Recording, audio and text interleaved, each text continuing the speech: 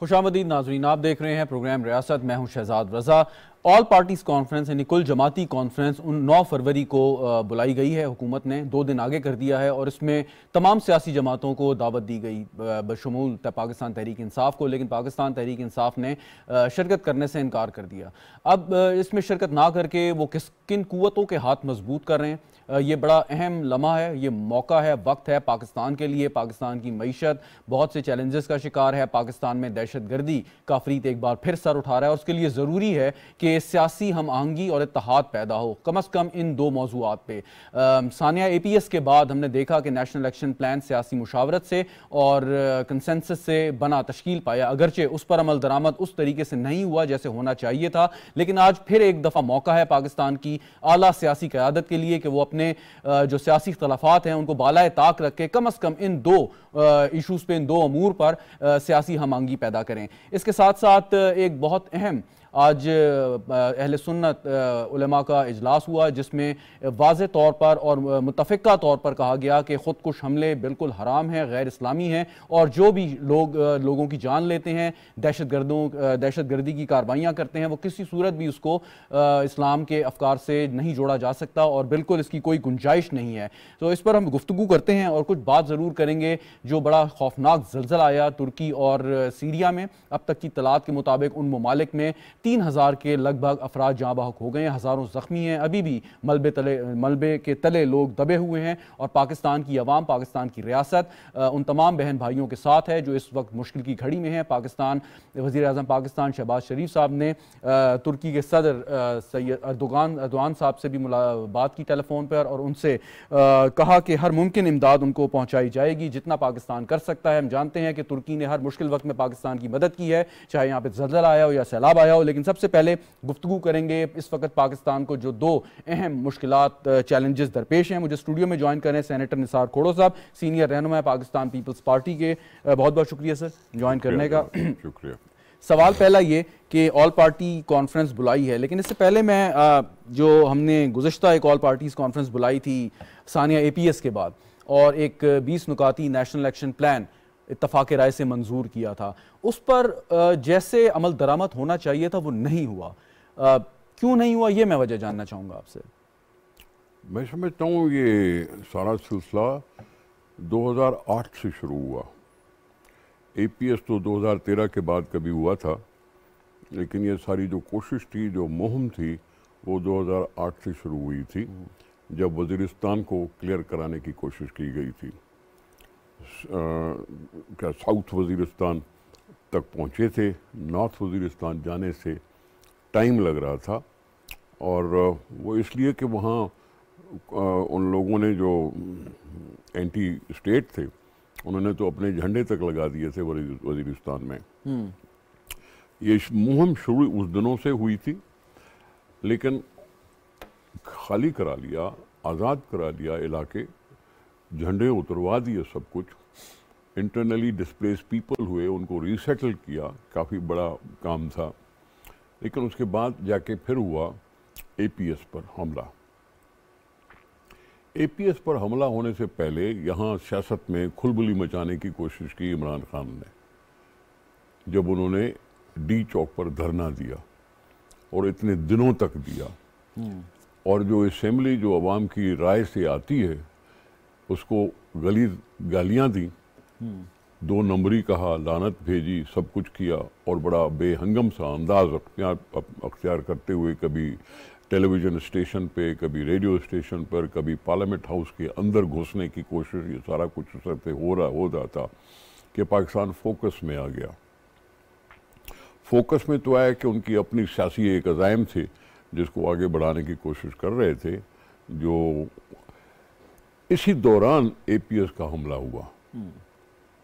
ساری کوششوں کے باوجود APS پر حملہ ہو گیا۔ وہ KPK میں ہے، KPK میں عمران خان کی حکومت تھی، عمران خان کی حکومت تھی، ان کا وزیر اعلیٰ تھا، پرویز کھٹک صاحب تھے وہاں وزیر اعلیٰ، لیکن وہاں مناسب سیکورٹی نہ دینے کی بنیاد پر وہاں حملہ ہوا، اور پھر اس کے بعد عمران واپس اسمبلی میں کیا۔ پہلے وہ بائیکاٹ کیا ہوا تھا اور دھرنا دیے بیٹھا تھا، لیکن اس کے بعد پھر واپس آیا اور اسی اسمبلی میں جس کو اس نے گالیاں دیں 2 نمبری کا لعنت بھیجی اس میں واپس آئے. پھر ہوا تھا ایکشن نیشنل ایکشن پلان, رد الفساد اور دوسری چیزیں جو کچھ بھی ہوئی تھی. ضرب یہ وہ بھی کوشش جو تھی وہ بھی قوم کو منتشر کرنے کی تھی. جو دھرنے تھے وہ بھی ایک قسم سے قوم کو منتشر کرنے کی کوشش کی تھی. لیکن چلو واپس آئے, نیشنل ایکشن پلان بنا, کچھ کاروائیاں ہوئیں, شروع ہوئی کاروائیاں.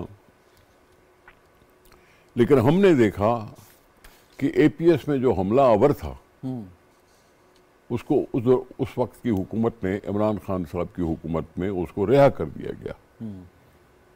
اس وقت یہ سارے لوگ مل ملا کے افغانستان چلے گئے. افغانستان میں ان کو قید کیا گیا, وہ جو اشرف غنی صاحب کی حکومت تھی شاید اس میں قید کیا گیا تھا. تو یہ جو کاروائی ہونی تھی نیشنل ایکشن پلان پر وہ پوری طرح سے وہ بھی نہیں ہو سکی. پھر یہ جو انخلا ہوا لوگوں کا اور وہاں گئے اور وہاں پکڑے گئے اور وہاں جیلوں میں ڈالے گئے. خان صاحب پر مجھے افسوس ہوتا ہے کہ وہ تھے ایک بندے جنہوں نے کہا جی بات کی جائے ان سے بات کی جائے. قطر میں آفیسز کھولی گئی دہشت گردوں سے بات کی جائے, اس کے لیے آفیسز کھولی گئیں اور بڑی بڑی بہانے بنائے گئے کہ جی نیٹو فیل ہو رہا ہے, سب فیل ہو رہے ہیں, اس لیے بہتر ہے کہ جی بات چیت کر کے اس کا کوئی حل نکل سکتا ہے, نہیں تو نہیں نکل سکتا, جو کچھ بھی ہے. تو یہ دہشت گردوں کی ٹیسٹ حمایت کے میں سمجھتا ہوں اس کو میں ٹیسٹ حمایت سمجھتا ہوں دہشت گردوں کی اس انداز کو لے کر. ہم نے تو دو ٹوک بات کی تھی. اس میں اسامہ بن لادن کا بھی ہو گیا, نیشنل ایکشن پلان بھی بن گیا, یہ ایکشن بھی ہوا.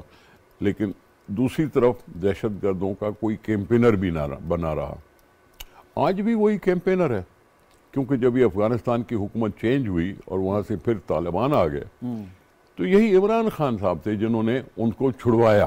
اچھا, ایک سوال ہے, سلمان غنی صاحب بھی ہمارے ساتھ موجود ہیں, سینئر تجزیہ کار ہیں. بہت بہت شکریہ سلمان غنی صاحب. نثار کھوڑو صاحب سے سوال کر کے آپ کی جانب آتا ہوں. کھوڑو صاحب, ایک سوال ہے کہ عمران خان صاحب جو ہیں وہ کسی طور پر بھی حکومت کے ساتھ بیٹھنے کو تیار نہیں ہیں, اور چاہے وہ طالبان کے ایڈوکیٹ ہیں, ان کے ایمبیسیڈر ہیں, سافٹ کارنر رکھتے ہیں, معیشت کے اوپر کوئی مثبت جواب دینے کو تیار نہیں ہیں. تو یہ عمران خان کی جو ایکویژن ہے یا کمپوننٹ ہے اس سارے کے سارے معاملے میں, اس کو مائنس کیوں نہیں کر دیتے؟ مطلب اگر عمران خان صاحب نہیں آنا چاہتے تو نہ آئیں, کیا ان کے بغیر معاملہ آگے نہیں بڑھ سکتا؟ میں نے ایسا کوئی نہ کہا, کچھ نہیں کہا. لیکن اکثر کہا جاتا ہے نا کہ جی کنسنسس تو آلریڈی ہے آپ کے. میں نے ایسا کچھ نہیں کہا. آپ نے نہیں کہا سر, لیکن ایک آپ نے جب آل پارٹی کانفرنس کی بات کی تو میں آپ کی کریکشن کرنا چاہتا تھا کہ یہ ملٹی پارٹی کانفرنس تو ہے. ملٹی پارٹی کانفرنس, ٹھیک ہے. آل پارٹی کانفرنس پتہ نہیں, کوئی نہیں بھی آتا. کوئی ایسی پارٹیاں ہیں جو اسمبلیوں میں ہیں, کوئی ایسی پارٹیاں ہیں جو اسمبلیوں سے باہر ہیں. درست. آل پارٹی تو پھر اس کو کہا جاتا ہے کہ اسمبلیوں سے باہر جو پارٹیاں بیٹھی ہیں ان کو بھی بلایا جاتا. یہ ملٹی پارٹی کانفرنس ہے, اور ملٹی پارٹی کانفرنس میں کوئی آتا ہے یا نہیں آتا یہ اس کا اپنا ہے رویہ. ایک امپریشن سر کریٹ کیا جا رہا ہے خاص طور پہ تحریک انصاف کے جو بھی فالوورز ہیں یا فین ہیں کہ جی اگر تحریک انصاف کسی بھی قسم کی مشاورت میں شامل نہیں ہوگی تو وہ نامکمل ہوگی, چاہے معیشت کا معاملہ ہو, دہشت گردی کا ہو, خارجہ پالیسی ہو, الیکشنز ہوں. میرا جواب سن لیں. اس وقت عمران خان کی پارٹی اسمبلی میں ہے ہی نہیں. یہ نہیں ہے کہ انہوں نے بائیکاٹ کیا ہوا ہے, انہوں نے استعفے دیے ہوئے ہیں. درست. استعفے دینے کے بعد ان کے استعفے قبول ہو چکے ہیں. جنہوں نے اس پالیسی سے اختلاف کیا وہ اسمبلی میں بیٹھے. یہ اب پولیٹیکل پارٹی ہے, یہ ایک پولیٹیکل پارٹی ہے جو اب اسمبلیوں میں نہیں رہی. ٹھیک ہے. میں نے ہمیشہ یہی عرض کیا ہے کہ بھائی آپ چارٹر آف اکانومی کی بات کرو, اور ضروری نہیں ہے کہ تم بیٹھ کے عمران خان کا انتظار کرو کہ وہ آئے تو ہم چارٹر آف اکانومی بنائیں, نہیں تو نہیں بنائیں. چارٹر آف اکانومی تو ہم پروپوز کریں گے نا, ہم قوم کے سامنے پروپوز کریں گے. قوم کے سامنے پروپوز کرنے میں ضروری نہیں ہے کہ یہ بھی شامل ہو تو ہو. میں نے تو یہ بھی نہیں کہا کبھی کہ جی ان کو اسمبلی میں آؤ جی آؤ, ہماری اسمبلی انکمپلیٹ ہے. خود ہی دیکھ رہے ہیں نا کہ وہ خود ہی پھنستا ہے, تضاد پیدا کرتا ہے, متضاد حرکتوں سے اپنے آپ کو بھی کنفیوز کر دیا. کبھی کہتا تھا استعفے قبول کیوں نہیں کرتے, اب کہتا ہے کہ استعفیٰ میں واپس کرنے ہیں تو واپس کیوں نہیں کرنے دیتے. یہ ساری چیزیں اس کے ذہن کو جو مضطرب ذہن کہہ سکتے ہیں ہم, جو کنفیوز ذہن ہے, اس میں چل رہا ہے یہ عمران خان صاحب کی پارٹی. ملک ٹھیک ہے, ملک میں سب صحیح چل رہا ہے, ٹھیک ہے, معیشت پہ بار ہے, اسے کوئی ڈینائل نہیں ہے, اس میں کوئی ڈینائل نہیں ہے, لیکن میں نہیں سمجھتا کہ صاحب عمران خان صاحب نہیں ہوں گے تو سیاست کمپلیٹ نہیں. بالکل سیاست کمپلیٹ نہیں ہوگی. سلمان غنی صاحب, نثار کھوڑو صاحب کی گفتگو آپ نے سنی. پہلا سوال تو میں یہ آپ سے کرنا چاہوں گا کہ ایک بہت اہم یہ multi party conference I stood corrected Khuhro صاحب نے 9 فروری کو, اور پہلے ہی تحریک انصاف جو ہے اس نے کہہ دیا ہے کہ جی شرکت نہیں کریں گے, ان کے ساتھ نہیں بیٹھیں گے. معاملہ سیاسی اختلافات کا اپنی جگہ پہ, لیکن یہ تو ایسا معاملہ ہے کہ اس میں چاہے دوسری جانب کوئی بھی شخص ہو, کوئی بھی سیاستدان ہو, آپ تو ریاست کے لیے, پاکستان کے عوام کے لیے ساتھ بیٹھنے کی بات کر رہے ہیں. سو اس معاملے پر بھی ضد یہ کیا ہمیں دکھاتی ہے, کیا اس سے کیا نتیجہ خاص کریں؟ شکریہ شہزاد. اگر آپ پاکستان کی سیاسی تاریخ پہ نظر دوڑائیں تو جب بھی پاکستان کے خلاف جارحیت ہو, سانحات ہوں, حادثات ہوں, تو پاکستانی قوم متحد ہوتی ہے اور ایک ایجنڈا جو ہے وہ طے پاتا ہے, اور پاکستان کی پولیٹیکل لیڈرشپ اس پہ کاربند ہوتی ہے. بلکہ میں حوالہ دیتا چلوں کہ بعض ایشوز ایسے ہوتے ہیں جن پہ سیاست کی گنجائش نہیں ہوتی. مجھے یاد پڑتا ہے کہ ذوالفقار علی بھٹو جب بھارت جا رہے تھے تو اس وقت کی اپوزیشن لیڈرشپ نے لاہور ایئرپورٹ پہ ان کو الوداع کہا تھا تاکہ وہ پورے اعتماد سے اپنا وزٹ کریں اور قومی مفادات کا تحفظ کریں. اور ثانیہ اے پی ایس کا آپ نے ذکر کر دیا, اس وقت پرائم منسٹر نواز شریف صاحب تھے, اور ایک چھت تلے پاکستان کی پولیٹیکل لیڈرشپ اور پاکستان کی ایکسپیرینس لیڈرشپ میں بیٹھ کے نیشنل ایکشن پلان بنایا تھا. اور آپ نے درست کہا کہ جس مؤثر انداز میں اس پہ عمل درآمد کی ضرورت تھی, اس طرح وہ عمل درآمد نہیں ہو سکا. اگر ہوا ہوتا, صوبوں نے اپنا رول ادا کیا ہوتا, تو یہ دہشت گردی پاکستان میں نہ پنپ سکتی. اب دیکھیں, بات ہے دہشت گردی کی اور دہشت گردوں کو ان کے انجام پہ پہنچانے کی. یہ ایک قومی نہیں, میں ذرا تھوڑا سا آپ سے سمجھنا سر یہ چاہ رہا تھا کہ تحریک انصاف مطلب ایک شخص کا نام نہیں ہے, وہ ایک جماعت ہے جس میں اور بھی بڑے ذی شعور لوگ ہیں جو بات کر سکتے ہیں, سیاستدان ہیں, ان کے ووٹ لے کے آتے ہیں, اسمبلیوں میں بیٹھتے ہیں. سوال یہ کہ عمران خان صاحب جب بھی زرداری صاحب کا یا نواز شریف صاحب یا شہباز شریف صاحب کا نام لیتے ہیں تو چور, ڈاکو کے, سابقے, لاحقے, اس طرح کے وہ استعمال کرتے ہیں. باوجود اس کے کہ عمران خان صاحب ایک غلط زبان بھی استعمال کرتے ہیں, لیکن پھر بھی ان کو دعوت دی گئی وسیع تر قومی مفاد میں. تو اصولی طور پہ تو ان کو چاہیے تھا, اگر وہ خود نہیں آنا چاہتے تو اپنے کسی نمائندے کو, اعلیٰ سطح کے کوئی ڈیلیگیشن کو اس میں بھیجتے. دیکھیں شہزاد, آپ کا سوال بڑا ویلڈ ہے. میں تو آپ کو تاریخ کا حوالہ دینا چاہتا ہوں. اس سے پہلے بھی ماضی کے اندر عمران خان صاحب آتے رہے ہیں. ای پی ڈی ایم کے اندر عمران خان صاحب شامل تھے, پھر ایسے اور مواقع آئے. مجھے یاد ہے طیب اردوان صاحب پارلیمنٹ میں آئے تو انہوں نے آنے سے انکار کیا, لیکن ان کی پارٹی کے لوگ شامل ہوئے. وہ دراصل اپنے آپ کو اپنی ذات میں ایک انجمن سمجھتے ہیں, اور میں نہیں سمجھتا کہ یہ کسی طرح ان کا سیاسی اور جمہوری طرز عمل ہے. اور وہ جس مقبولیت کے زوم میں گرفتار ہے, اس کا بھی آنے والے وقت کے اندر پتہ چلے گا. لیکن ایسی انجمن کا کیا کرنا ہے کہ جس کا پاکستانی عوام کو کوئی فائدہ نہ ہو, بلکہ تقویت ملے ان ملک دشمن عناصر کو جو پاکستان کو اور عوام کو جو ہے وہ برباد کرنے پہ تلے ہوئے ہیں. دیکھیں, اگر آپ یہ دیکھیں کہ جس وجہ سے اے پی سی بلائی گئی ہے, براہ راست تو متاثرہ خود پختونخوا کا صوبہ ہے, اور پختونخوا کے صوبے میں وہ 13 سال سے برسر اقتدار ہیں. اور وہ پرائم منسٹر صاحب نے درست کہا کہ 417 ارب روپے انہیں دیے. کیا انہوں نے وہاں پر اپنی پولیس فورس کو منظم کیا؟ کیا ان کی ٹریننگ ہوئی؟ کیا انہیں جدید اسلحہ فراہم کیا؟ کیا انہوں نے وہاں پر جو کیمراز ہے وہ لگائے؟ دیکھیں, بات یہ کہ الزامات لگانا بڑا آسان ہوتا ہے, اور پاکستان کی سیاست میں نفرتوں کو فروغ دیا گیا ہے. اس سے پاکستان کے اندر ایک انتشار اور خلفشار ہے. شہزاد, آج پاکستان کو سب سے زیادہ اتحاد اور یکجہتی کی ضرورت ہے. اندرونی اور بیرونی چیلنجز ہیں, اور اس طرح کی صورتحال میں دنیا کی سیاسی تاریخ اٹھا کے دیکھ لیں کہ سیاستدان اکٹھے بیٹھتے ہیں. Very right. سلمان صاحب ساتھ ہی رہیے گا. نثار کھوڑو صاحب کچھ ایڈ کرنا چاہ رہے ہیں. سلمان صاحب کی بات کو تھوڑا سا ایڈ کرنا چاہتا ہوں. جی جی. بھٹو صاحب کا انہوں نے ذکر کیا. آپ یہ کیوں بھولتے ہیں کہ محمد خان جنیجو صاحب, اوجڑی کیمپ کا واقعہ, صورتحال غیر جمہوری تھی, جو بھی کچھ تھا, بے نظیر بھٹو